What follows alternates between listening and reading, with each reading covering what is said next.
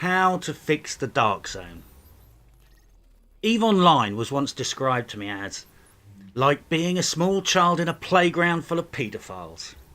But if you try really hard and invest a lot of work and effort, then one day, if you're lucky, you could grow up to be one of those paedophiles too. For some reason, this quote reminds me of the dark zone.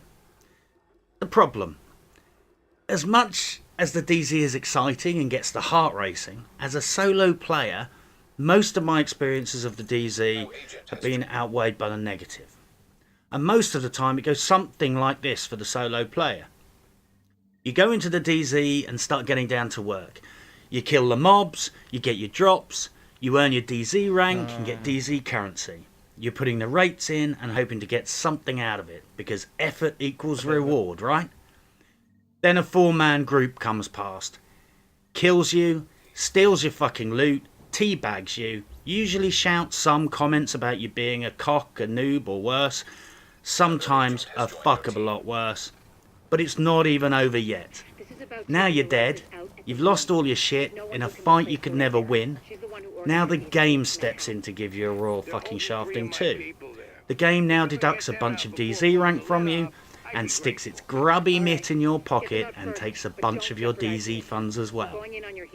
Now, blinking at the light, you step back out of the checkpoint at the DZ with your loot gone, reduced rank, less DZ funds, wondering why the fuck you just wasted that time, knowing that it will probably happen again in about 10 minutes when the next party of fucktards swings around. You see, asymmetry is built into the DZ.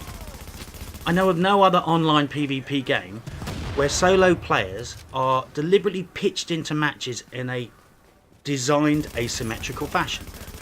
If you queued solo for a match in World of Tanks, you'd rightfully be upset if you got thrown into a match on your own against a platoon of tanks.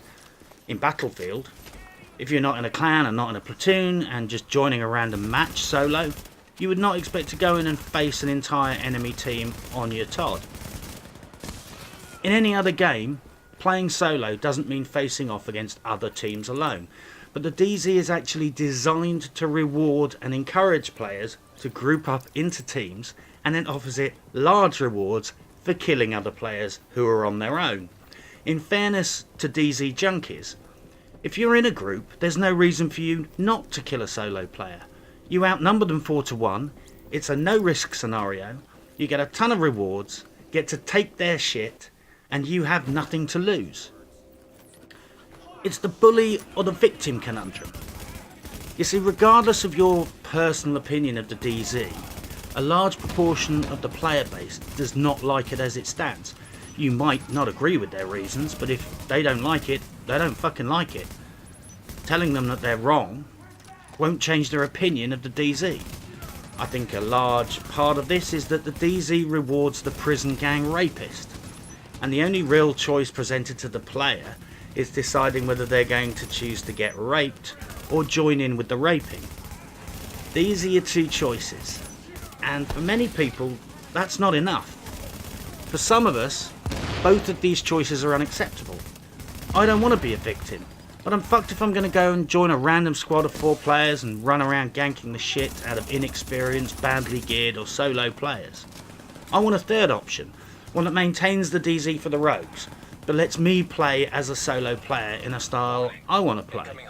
I don't want to have to choose between being a wanker or a mug, a thief or a robbery victim.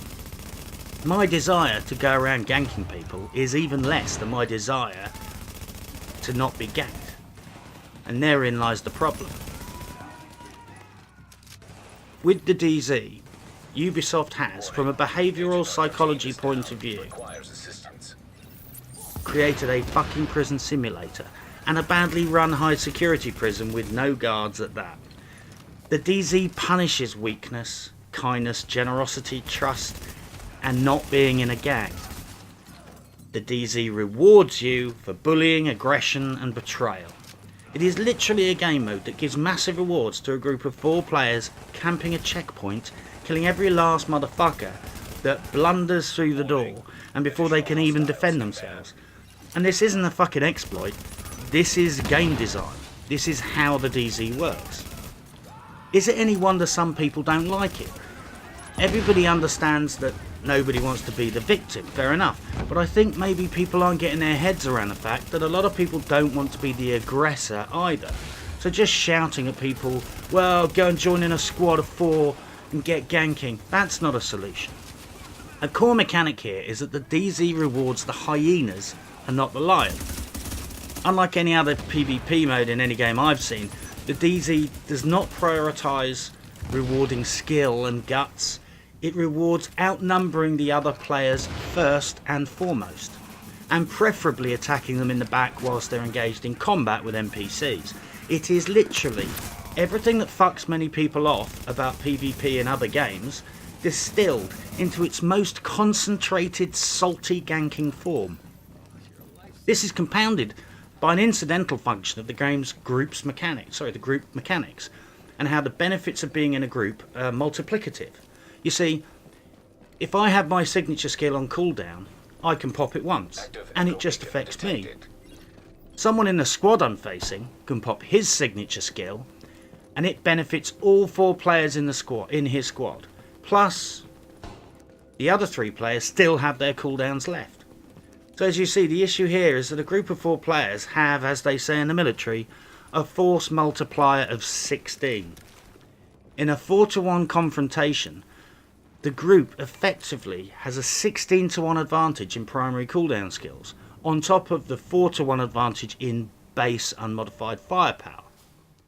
Now, I've seen YouTube footage of players soloing 4-man squads, but this level of skill is far beyond mere mortals like myself, and I would hazard a guess it's far beyond the scope of the average newcomer to the DZ, the average player in general, and the sort of player who usually plays PvE. I can't discuss the DZ without at least mentioning cheating.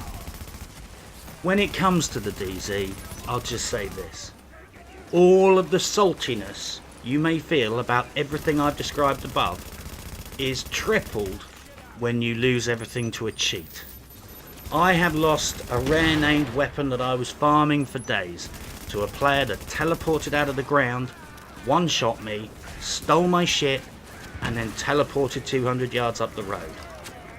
Unfortunately, with so much of the game being client-side, I simply don't believe it will be possible to fix the cheating. In this iteration of the Division at least.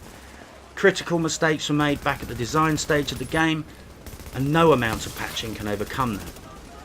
If you make a car out of fucking clay, all the effort in the world cannot patch it up in a way to make it perform like a Formula 1 car. We have to accept that cheating is here to stay. Well-designed games have issues with cheaters. What chance does a Division have when so much of the game is client-side?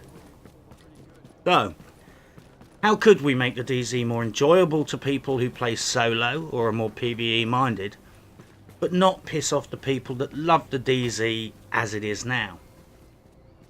Well, I have to give credit to Ubisoft, because in a way, I think with the DZ, they have almost created a new PvP subgenre as unique and distinct as, say, Deathmatch or Capture the Flag. There is something genuinely new and original here. I like the DZ, and I don't want to see the mechanics broken. I've had a lot of fun in the place, but my issue is that the fun is usually outweighed by negative experiences. I genuinely think the DZ is a refreshing and original paradigm, but I also think there are some things profoundly broken about it.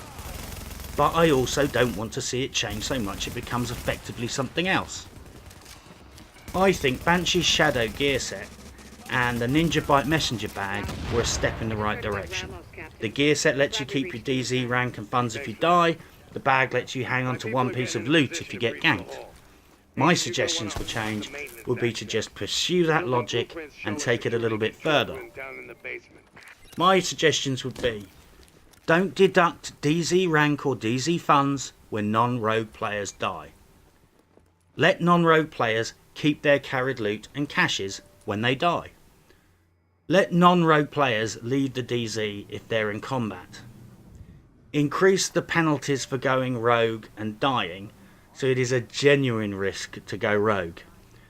Put in a massive massive penalty for killing a player within 60 seconds of them entering the DZ, and don't let it be visible to other players when this timer is up.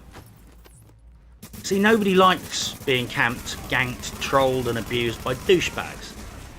But if at least you kept your loot, your rank and your money, you'd be a hell of a lot less salty about it. Being gang-banged prison style would still be annoying, but the toxicity of the engagement would be diffused by the fact you still have your loot and valuables. You haven't been robbed blind. Nobody has snatched away the last 30 minutes of your in-game progress. I think these changes would not seriously impact on the enjoyment of the DZ for people that like the DZ as it is now, whilst at the same time making the experience more palatable for the solo or PvE player. People will tolerate being ganked and trolled. What is sticking in people's throats is that at the moment the players ganking them also steal their shit, and then the game steals their shit too, and they're left wondering, why the fuck did I bother wasting all of my time here in the DZ? I hope it genuinely comes across that I'm not hostile to the DZ or the people that like it. I also hope it's obvious that just because I think there are some things that need to change, I genuinely don't want to see the DZ broken. And lastly, I hope this at least gives you some food for thought. Good luck and happy hunting.